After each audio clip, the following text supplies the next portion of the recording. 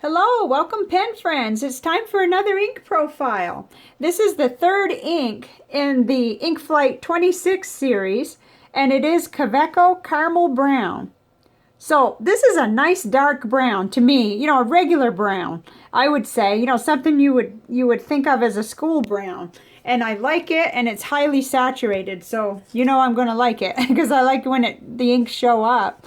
So let's put it in the bath test. This is the third one. We'll see if they all end up being like they have been so far, but so far things are staying around, a lot of pigment. So this is the Kaweco Summer Purple from the last review, and that's right there. So the gray retained and stayed there, so you could still read your writing. So that was really interesting to me.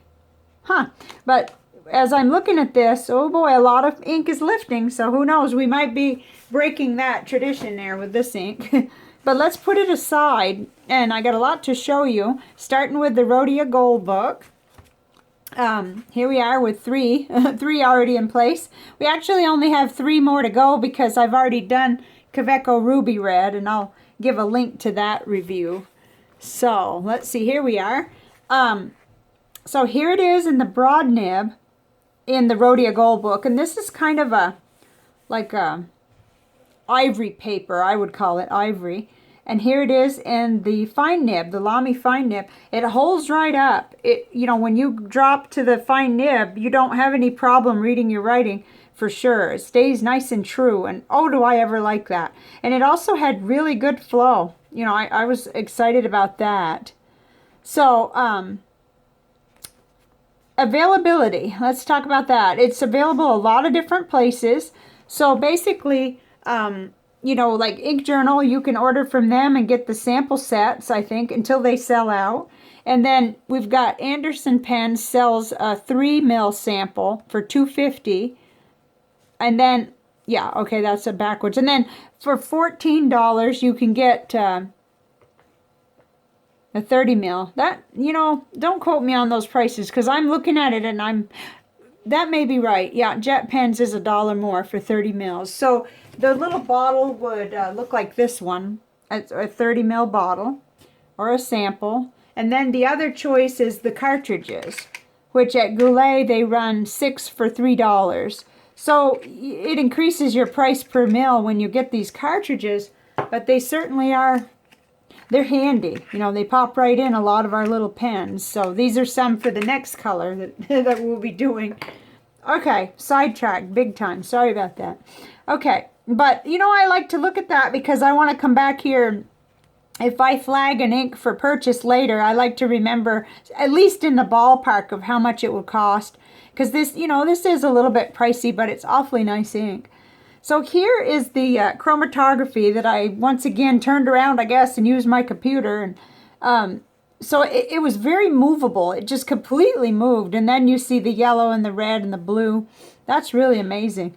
But I really wish I'd caught it when it was about right here, because it stayed just a little bit brighter, and then I left it too long. So gosh darn it, I've got to put a timer right on my desk. Okay, that's the only way I'm going to remember because I'm always doing so many things. Okay, so next are the notebooks, and this is the Leuchtturm 1917 dot grid. Okay, here it is. I thought it looked great on here. Nice and brown, like it should be, and it stays quite brown in the fine nib. And I wrote a note, color looks great on this paper. Yeah, this is good because this is the bullet journal paper and no bleed through. So I see some shading, but I wouldn't give it, like I wouldn't say that would be a reason to purchase it, but it does have some shading, kind of subtle. Okay, and then here's the CVS Caliber notebook, 6 by 4 inch. Here we are. I look good on here, and if you've worked with this paper, some of the inks can look a little bit washed out, but it retained its nice brown color, I thought, even in the fine nib. And I made a note, very suitable for this paper, so yeah, you wouldn't have any problems. No bleed through even on the painted on part. Okay, and then we'll move to this little one, Nemesine notebook. I got on here with, of course, the the Moonman glass nib, the Moonman mini glass nib is what I wrote with for this. And it does look pretty dark, even to my eye. But it starts to, after the dip begins to wear off, which it took a long time, it had such good flow. It never had to be re-dipped, and it waited till all the way here before it started actually looking a little bit lighter. So it's got that nice dark brown, real brown, I'd call it. That's not very scientific, but there you have it. Let's see, did we have bleed through? We didn't even have bleed through on the heavily painted part, but right here, there was just a little bit, because that's really early on in the dip on that glass nib. So I would understand why it did that. Makes sense. Okay, and then here's some Tomoe River paper in the Live Notes by Pen Gallery. This is the 68 GSM paper. I think this is the only 68 that I have in the house. So, and this was sent by a pen friend, a very generous pen friend. So here it is, and boy, I didn't like what that did. Can you kind of notice that looks kind of stone colored, almost gray? Let's see, there's the gray, and it kind of dried a little differently than I expected it would, but it looked really great in the nib. And most of you aren't going to be painting probably on here. Some of the artist people do, as like a little art journal, but I didn't particularly like that. Let's see what happened. And it tries to bleed through, but that was heavily applied, so we're not going to ding the paper for that. But once again, it looked good in the fine nib and the broad nib. So, okay, let me retain this at least nearby, because here we are on the other type of Tomoe River paper, the 52G. And it also, flattened out quite a bit on this paper, but it retained more interest. And it often seems to do that. It flattens more on this paper, which is just interesting. It doesn't mean anything to me, really, except that I do like how it looks on the crinkly, thinner paper better. And this is white, so again, we're not quite in that position of having either both ivory or both white. So I thought it looked great on there. Tomoe River paper is my favorite paper for letter writing. And whoops, we've got some projects going on in the rest of the house, so you may hear some clanging and banging. Okay, so here it is. Broad nib and fine nib. I can't get enough of it on this paper. It really looked good. Okay, so moving over to Clairefontaine 90-gram French ruled. Things are looking a little darker than they look to my eye, but I do have better lighting today than I did the other day. So here it is in the broad nib and the fine nib. Let's see, did I turn that over for you? Going back to the Tomoe River 52 gram, it did bleed through where I painted it on, and that's pretty typical. But let's see. We get a little more shading on the Clairefontaine. That would be to be expected, I think, too. And no bleed through at all. Okay. I realize I've dropped a couple papers that I may pick up again when we shift from this ink flight. I'm not quite sure what happened there, but anyway, I don't want to start midstream adding more papers, but here's the Rhodia 80-gram dot pad. Nice on there. Definitely nice and brown and saturated, and retained it all throughout. Let's see. And no bleed through. Just a heavy shadowing where it's painted on, the ink is painted on. Okay, and here's a Hamlin Optic 90-gram. Again, quite a bit of shading with this.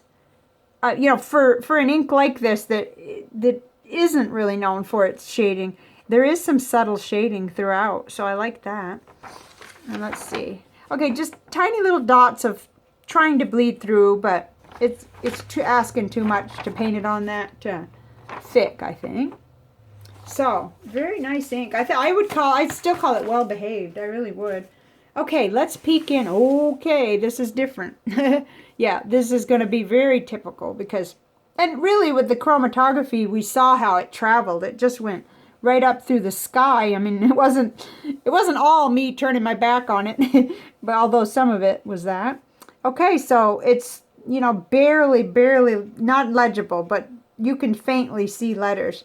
But it has to have a little bit more time to be fair with the others, to have that same amount of time. Okay, So here is the panel for today. Let's see if it's all in the viewfinder. Okay, our color is right in the middle, Kaweco Caramel Brown. And gosh, I have a lot of browns, but not very many that look really similar to this color. So these were the closest I could really come. And this one is new through the door. Monteverde Moonstone was sent by a generous pen friend, whose initials are on the little swatch card here. And thank you very much. Your thank you is in the mail. She actually sent two. Another one was J. Arbonne, a shimmer ink that's gorgeous. I don't know how you pronounce this. Anyway, I'm getting off track. Let's focus here. You know, it's similar, but it's still not exactly like Caramel Brown. And then, gosh, I'm thinking that Pelican Edelstein Smoky Quartz is also very similar. And yet, not quite. You know, you could see the composition is a little different, and it's a little, maybe a little warmer tone. So that was interesting. And then here we have a darker one, Krishna Dark Chocolate. That's, oh my, that's distorting a little. It's actually looking a little bit green through the viewfinder, and that's not how it looks. Oh dear. Let's see if there's any way to get...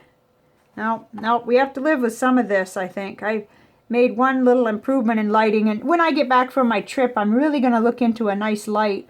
You know, I'll have a little bit of money then to spend on a light, and so that maybe I can get it to look just a little bit more normal, you know.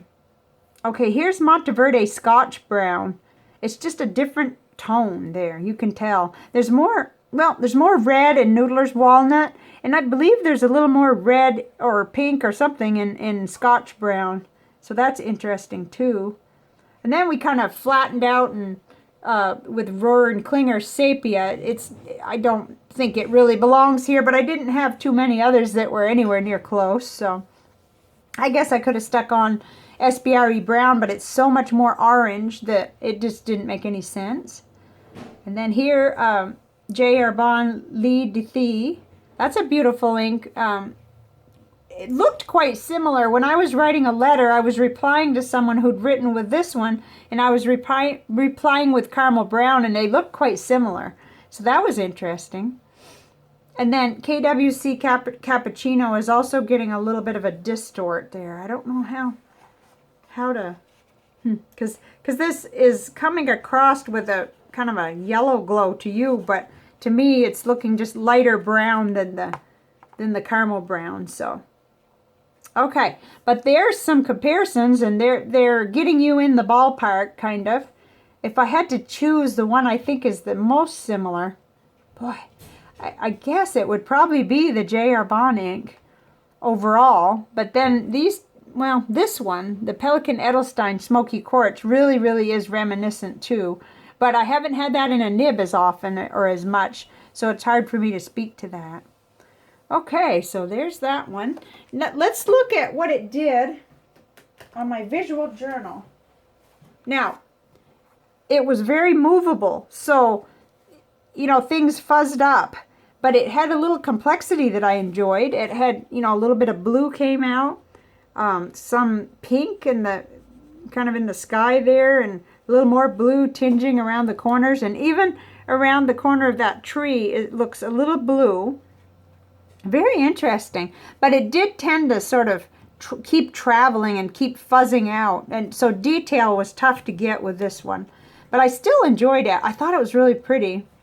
And then over here, well, same thing. We get a lot of blue edging. You can probably see that, and kind of some, I guess that's peach colored, or, you know, it kind of a little bit of contrast and interest there. And then the darker, as you could see everywhere, allows for that darker part to come out. That was nice.